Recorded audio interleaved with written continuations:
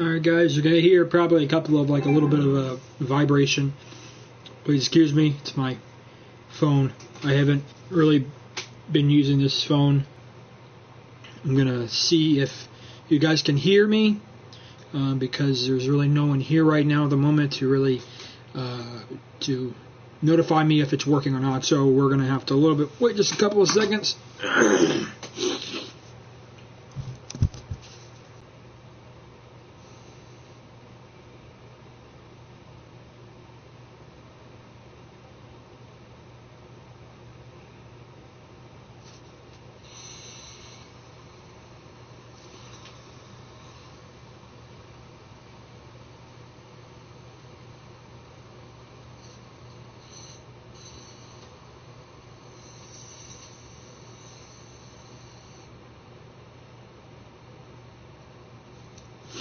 Well, it sounds like it's working. But yeah, it's working. So we can start the episode now. Welcome everyone back to another episode of whatever this is called. That's not the name. It's the only thing I have for right now. Whatever this thing is called. You see the title, Shooting the Same Gun Again, which is it's a way of saying we are talking about the same thing again. You're going to see that maybe a lot throughout this entire series that we do here on this channel. So you're gonna see this title a lot in the future. And the reason you're going to see this a lot in the future is because this is something that is the core of why The Last of Us Part 2 is very hated, not very adored compared to the first game. I'm not going to talk about the reasons, because obviously everyone has their own reason why this happened. I have talked about it many times. Hang on guys, there we go. I've talked about this many times. Okay, I have talked about this in particular. I've talked about this many times. And what many people have failed to realize with this is that The Last of Us Part 2 is hated because of the way they went with the story. Obviously, it's very not liked because of that very fact, that the story went in such a dark, gloomy way, to where it really, the story was driven by a message.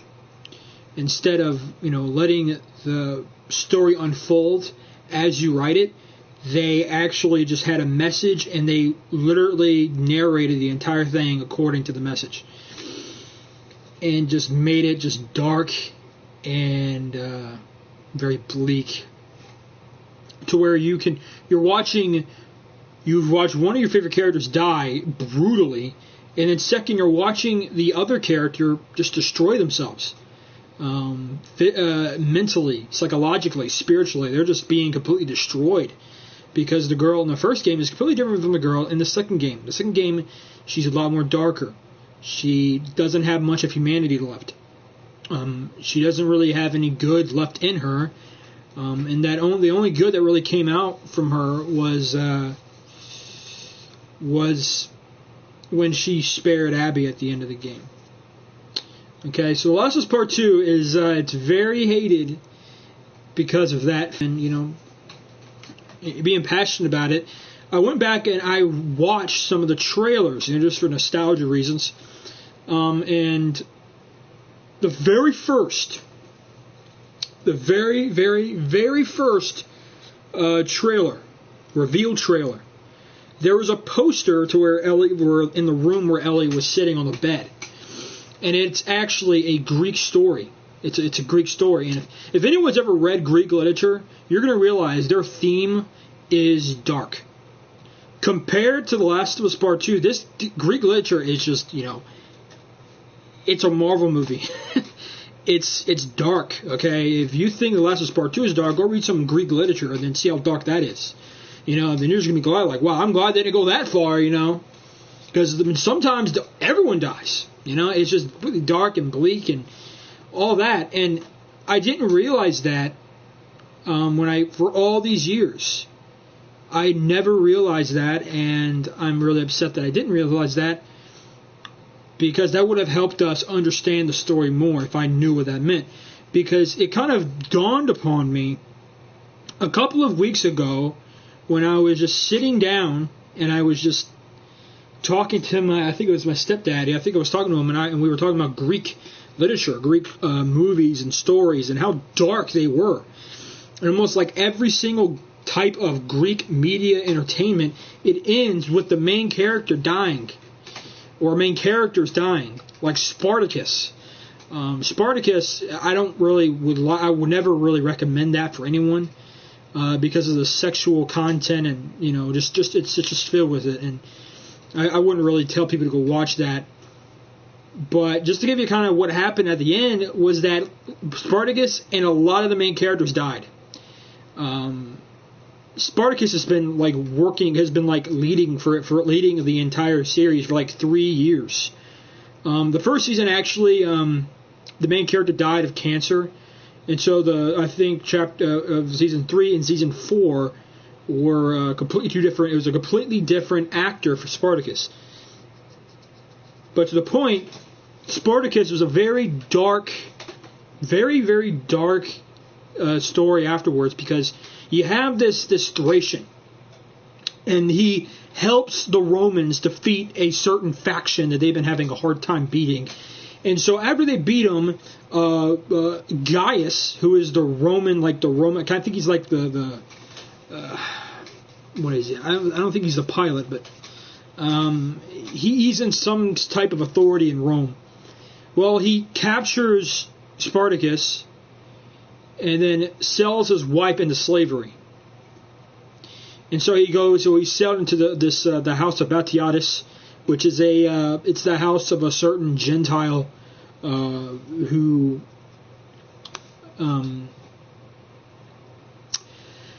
pretty much you're either a slave as a maid, you're a slave to either be like a worker or a maid. They're kind of there only to serve them. And then you have gladiators. Spartacus was a gladiator, okay? Like a lot of the men there. They were pretty much all gladiators. And so you kind of get the gist of what's going on here. So he fights only so he can get his wife back. And then Batiatus kills her and then kind of manipulates Spartacus into being Spartacus, to being the legend that he is. Because he didn't want him leaving. The reputation that Spartacus was building, he just beat a legend, the shadow of death, Theocles. He just beat him. When that happened, he gained enough credit to see his wife, and Batiatus was like, no, you ain't going to have that. I need fame. He did it for himself. And what happened when Spartacus found out? And to escape. And not only that, but kill everybody. Kill everyone in the house of Batiatus that was there. And near the end of the season, you kind of get the gist of it. You kind of get that. You get that at the end of it, you fight not you fight like it's a video game, but you see that Spartacus goes against. Can't remember his name. He was a Gaul.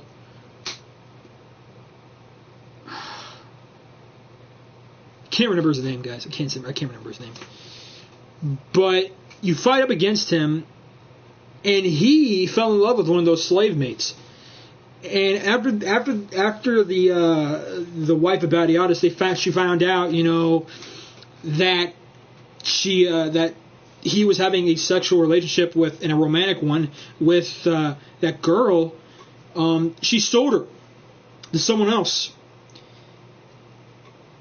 And one of the ways that he's going to get her is the same way that Spartacus could have gotten his wife, which was fighting in the arena. And he was kind of on hiatus because when he battled Theocles with Spartacus, he pretty much got wounded very badly. And so he's been kind of recovering, and he's finally getting back to that place where he was a champion, And with all that happening, Spartacus finally gets to him and says, you know what, if you come with me, we'll find her. You don't have to kill all these people to get there. You don't have that process. You can just come with me, stand with me, and we can go find her together. And then season 3 comes rolling around, and she kind of gets rescued. But here's the thing, guys. Here's the thing that many people don't realize about this is that when that happened, they killed everyone. And I mean, they killed everyone. They killed Badiatus, they killed his wife, they killed everyone in there. I mean, just everyone. Just everyone. And then, it goes on to season 2. Now, season 2 is a prequel to season 1. So, you don't get to see the rest of the story of where it goes from there until season 3 and season 4. And that's where Spartacus dies at the end. It's season 4 at the end. He dies. Along with that guy that I was telling you about, the guy who lost that slave maid, that Gaul. Gannicus dies too. He gets crucified, So the point of me talking, pretty much giving you a summary of this entire series, TV show, is to tell you that The Last of Us Part 2, in a sense, is a part of Greek literature. Its influence could be Greek literature. Because Greek literature is, once again, very dark, very bleak. There really is no survivor. There is really no good ending. Another one you could probably think of is 300. 300, it's 300, and 300 is, obviously, if you heard about it, it's about the land of Sparta. They go up against the Persian army. And near the end of it, they're killing, this small little army called Sparta is taking out one of the biggest and baddest armies in their time. Just small, because Spartans were Spartans. They were gladiators, trained at a very early age. The only thing they knew was war and blood. That's all they knew. And so, having all that happen, you know what happens? He dies at the end. He dies by having a legion of arrows literally just piercing him. Like thousands of arrows by a bunch of archers flinging their and pointing their arrows in the air and letting it go, and it's like a hail of fury of just a bunch of arrows, and it kills him. And they come with the second one where the wife finds vengeance. So there's one more I can tell you about, and this is a very popular one. Hopefully, some of you guys do know, because this is like a PlayStation classic. God of War. What is that about? Greek literature. If anyone does not know the story of Kratos, of the original God of War games, not just because if you just played the God of War game in 2018, you're not going to understand the sad story of Kratos. His story is so sad. I mean, it really is. He's bad against barbarians, and he's losing. He's losing. And so he cries out to this god called Ares. And when he called out to this god named Ares, he pretty much said, I'm gonna give you my soul. I'll do whatever you want. And he did it, and he killed the barbarians and everything. And so, after that, he spent time going after just being, pretty much with Ares, pretty much under his command to do anything that he so demands.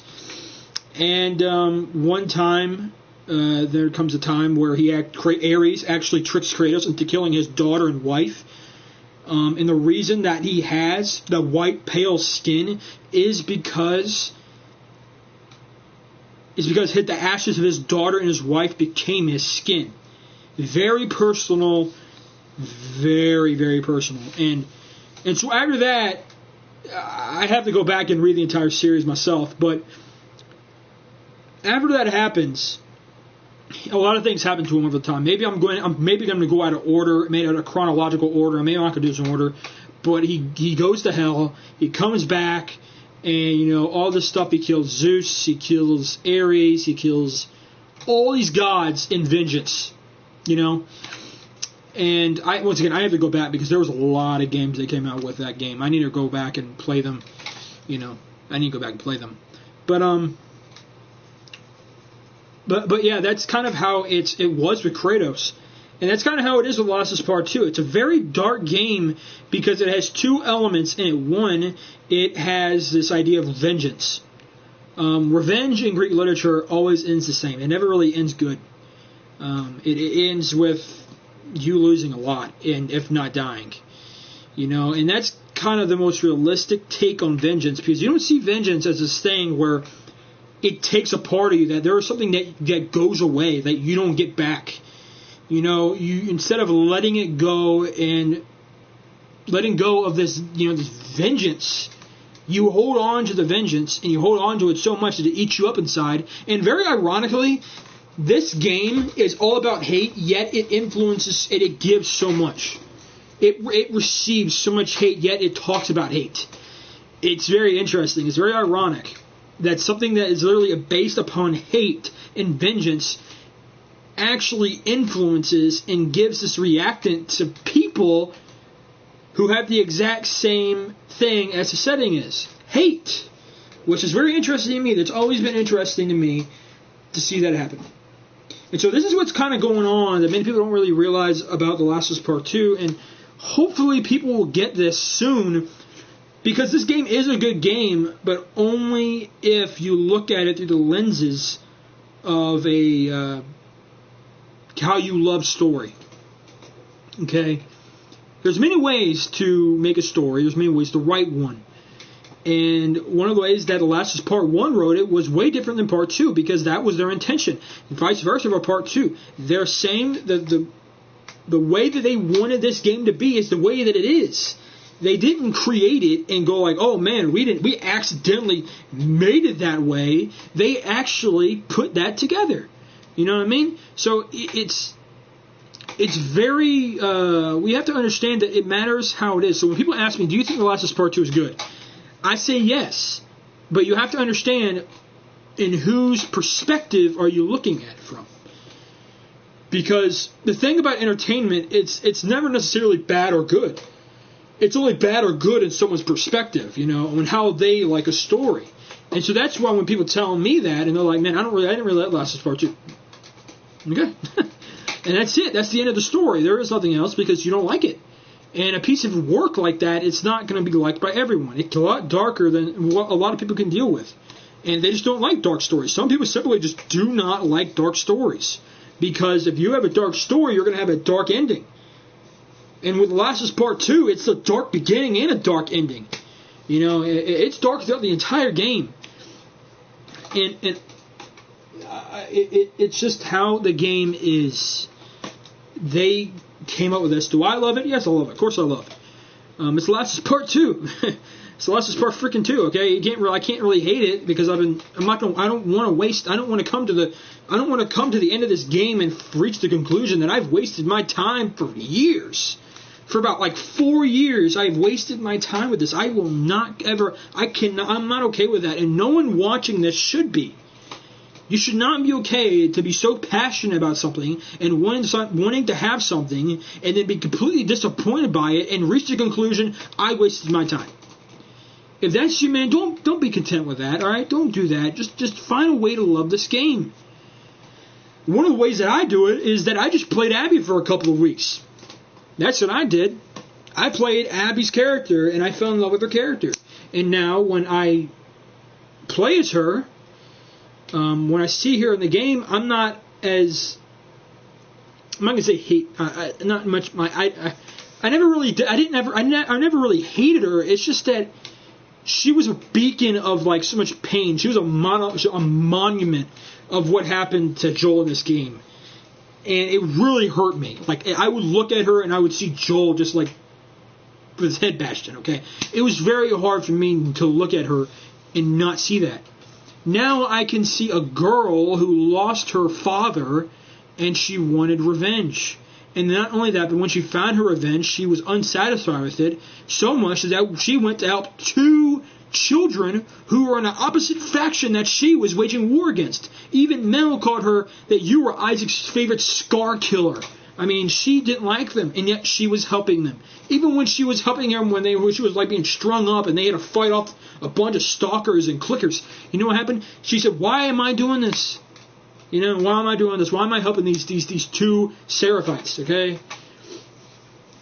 It's just so ironic to me that, this game has created, it's about hate, yet it causes so much. And I think it's crazy that you can do that. And it all depends on your perspective, man. Honestly, that's what it's all about. So a piece of art can never be bad or good. It just has to depend on perspective. And once again, ironically, that's kind of how this is with The Last of Us Part 2. It's about perspective, who's good or bad, and your own perspective. And that's kind of what they're trying to do with Abby, was that Abby has a story. She has her own perspective. She's lost certain things. She's a human being, just like Joel and Ellie are. Just like you and I are. We are human beings, and we when people do us wrong, we look at ourselves as the good guys and them as the bad guy. So you see, this is kind of how it is. And so we have to understand that as we move forward for this game, because we can never ever come to the conclusion this game sucks. This game does not suck, man. It does not suck. And I've heard people say, like, Ghost of Tsushima is better than Last of Us Part 2. I said, that is for you, man. It's for you. It's a piece it's an entertainment piece, meaning it was created by someone's passion. Okay? Someone's passion. All right? By someone else's passion. Meaning it's an opinion. When something is created by someone and it's made the way giant work of opinion, and it's a great one. Not to say that Ghost of Tsushima is bad. I think it's one of the greatest games that I've ever seen. It's great. I mean, I think they've accomplished more than Assassin's Creed ever could. And I don't know. I haven't really been a fan of Assassin's Creed lately, and with the Valhalla game, I'm kind of on the edge of it. I don't really know. I haven't really watched it lately. I don't have the game. I don't plan on getting it until a really good one comes out. But like I said, Ghost of Tsushima did something that Assassin's Creed hasn't been able to do in years. And the combat is amazing, and it's sick. It's really cool. I've seen it. I'm still waiting for Corey Kenshin to release the final part. He has not released it. I think he's working on Spider-Man Miles Morales right now, but it's just, to me, I think The Last of Us Part 2 did something that no other game has been able to do, and no one has the gall to do what they have done. Okay? Not only that, but to make me feel the grief and the despair and grief of losing a character that I love, and to just make that emotion authentic as if I lost someone. To put me in such a place, in such an uncomfortable situation. I love TV shows, movies, and games that do that to me. I don't really like much of Marvel, because Marvel, you can expect the same thing. I think Endgame was really good. I think Endgame was great because it was the end of something. And Infinity War. That was good. The ending was good for me. One of my favorite movies of all time, The Dark Knight. The Dark Knight is one of my favorite movies, not just because it's about Batman, but it's a dark story. And maybe that's just me. Once again, it's my perspective. I like dark stories. Okay? And sometimes they hurt me. They do. They hurt me. But those are the stories that really have changed me. That have made me feel something. Real emotions. Whereas there are certain other games like Spider-Man,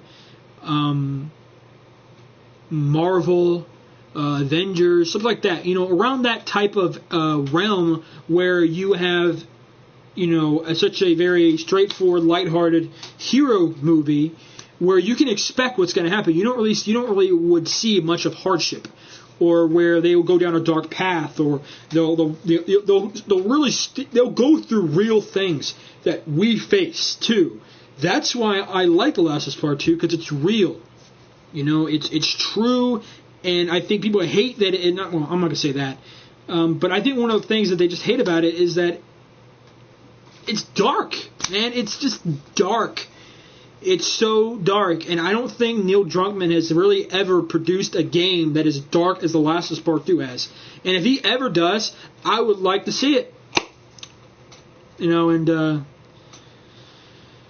So yeah, I mean, I obviously would wish that Joel had more in this story. Because once again, guys, I love Joel, man. I love him. He's one of my favorite characters in video games, in anything. Okay, and trust me, guys, I'm upset with that he died the way that he did. I do, and that's a real emotion. I have grief. I cried like a baby after the game ended, man, because I realized, like, dude, he's not coming back. He's just dead. He's gone. And that really hurt me, man. I cried like a baby. And I would get so sad. And I would even days after, weeks, that would still haunt me. Even now, it haunts me. Months after the game has been released, I'm still dealing with that same grief. A grief that I would deal with. And that's what these dark games and dark entertainment does. They make you experience real emotions. Things that are true, man. Joel's death was realistic. How? Because the man literally spent 5 years in being in a place of utter peace and trust. And he finally decided to do that, and he paid for it. Okay? Many of us, when we are in a certain country or place in our lives, completely real. And that's what people don't like it. It's a real game. It's a game that it really will make you feel certain things. And that's why this game is so good, because not many games can do this. Not many games can kill off such a beloved character and make it so emotional to where you can not just have, one of the things, I know I went off topic right here, but one of the things that is one of my pet peeves that I just cannot stand when people say is they compare this game to Game of Thrones ending. I cannot stand when people say that, because there is no way we cannot compare Game of Thrones, the last season, to The Last of Us Part 2, because The Last of Us Part 2 actually had thought.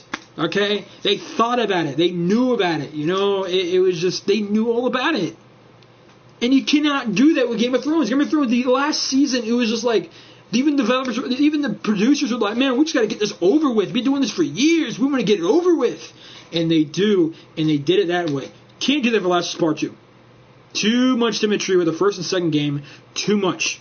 Too much symmetry with life experience. There's no way that is by accident. Okay, it just can't happen. It's The Last of Us Part 2. And that's why I say it's one of the best games ever, because it makes you feel certain emotions that certain developers cannot make you feel. And that's just kind of the thing for Last of Us Part 2. That's why I say it's one of the greatest. It may even be better than the first one in the sense of emotions. It makes you feel so many emotions, so many emotions, guys. It's really crazy. But Last of Us Part 1 is a special place in my heart. Will always be one of my favorite games. Always one of my favorite games. Last of Us Part 2 is one of my favorite games. I have a lot of favorite games, but those two games are in a place in my heart that will always be there, and nothing will ever take place of that. When it comes down to video games, those two games will always be a part of me. And so, yeah, I mean, once again, I just don't see any other route we could take when it comes down to this. Because it's entertainment, guys. It's entertainment. And entertainment, once again, is an opinion made into a project. And it's their story, what they love. It's intricated into their material, into their project. So, of course, people are not going to like it, because not everyone likes the same thing. We're all different. So, and don't get me wrong, guys. I like the Marvel movies. I like them. But I like stuff that impacts me, my life. It gives me real emotions, things that I wouldn't otherwise feel in my life, because I'll feel things that I've never really felt before. Losing Joel like that way, it made me feel certain emotions. And I could sympathize with Ellie, not in the way that she went through it, but I can sympathize with her. And I can sympathize with anyone else who has this heartbreak in this character, and that comes by real, authentic experience. Okay? That's why The Last of Us Part 2 does not suck. That's why it doesn't. It depends on someone else's perspective. Okay? It depends on what you like. Okay? I like The Dark Knight. Dark Knight was crazy good because it was dark.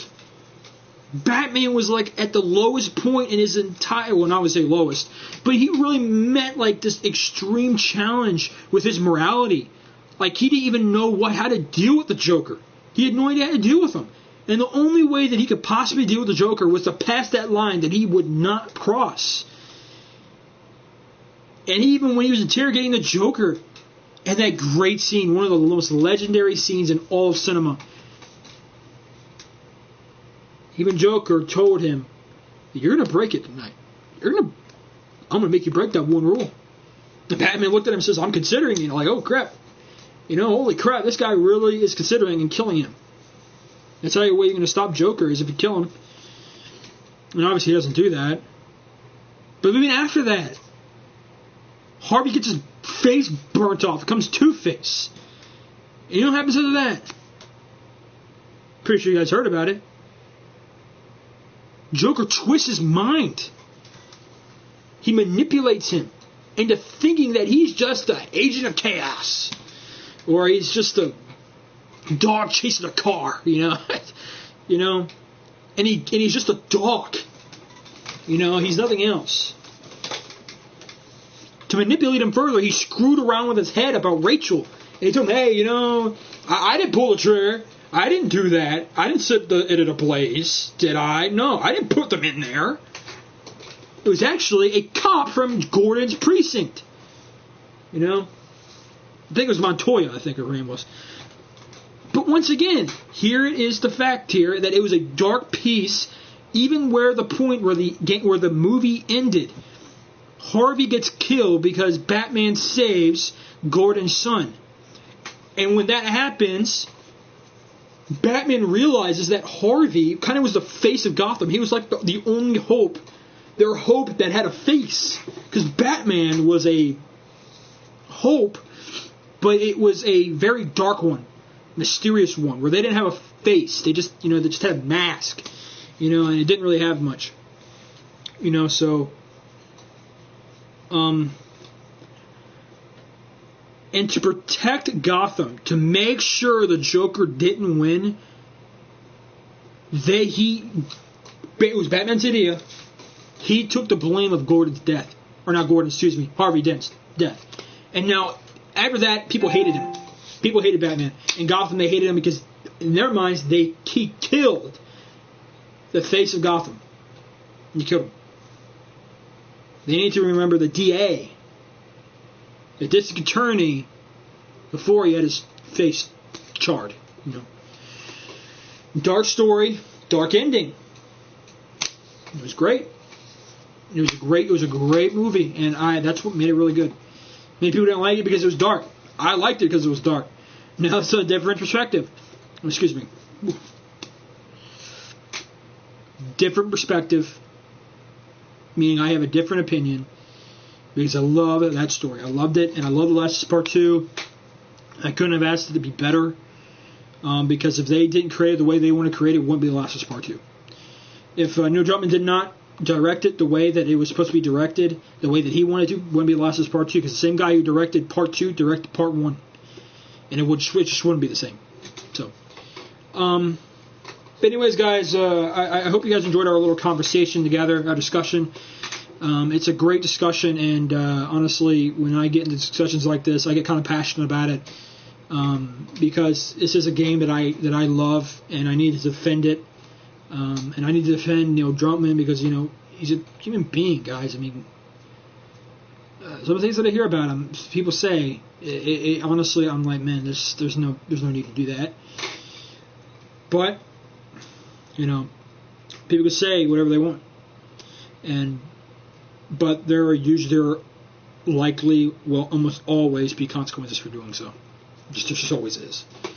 But anyways, guys, thank you guys for listening and watching. And I always tell you guys, if you have any comments, just be kind, be nice, be respectful. Do not be this arrogant, hateful person. No need to be, okay? No need to be hateful. No need to be that way. And if, if someone gets on your nerves, then walk away from it. That's the thing, but I think this game is pretty much trying to get to you. Walk away. Just walk away from this. Avoid all this stuff. That's how I deal with people that get on my nerves. I just walk away. I can't deal with you right now. If I stay, things are going to go down, that happens to me. That happens to me. Just because I'm a Christian does not mean that every problem I have gets solved and that I'm not a human. I just cease being human. No, man. I get angry. I get frustrated. I deal with lust. I deal with all these things. I deal with things. Okay? I deal, so... Be nice to one another, guys. Please be nice to one another. Please respect each other, because I got this phone, and if I start seeing that stuff, I will turn off comments. I'll do that. If I need to keep the sanctity of our conversation pure, then I will do that. Hopefully, I won't have to do that. But anyways, guys, I hope you guys enjoyed the video. If you did, leave a like, consider subscribing, and if you have any comments, just put them down below, and I'll see them as soon as I can. With that being said, guys, I will see you guys in the next one. See you later.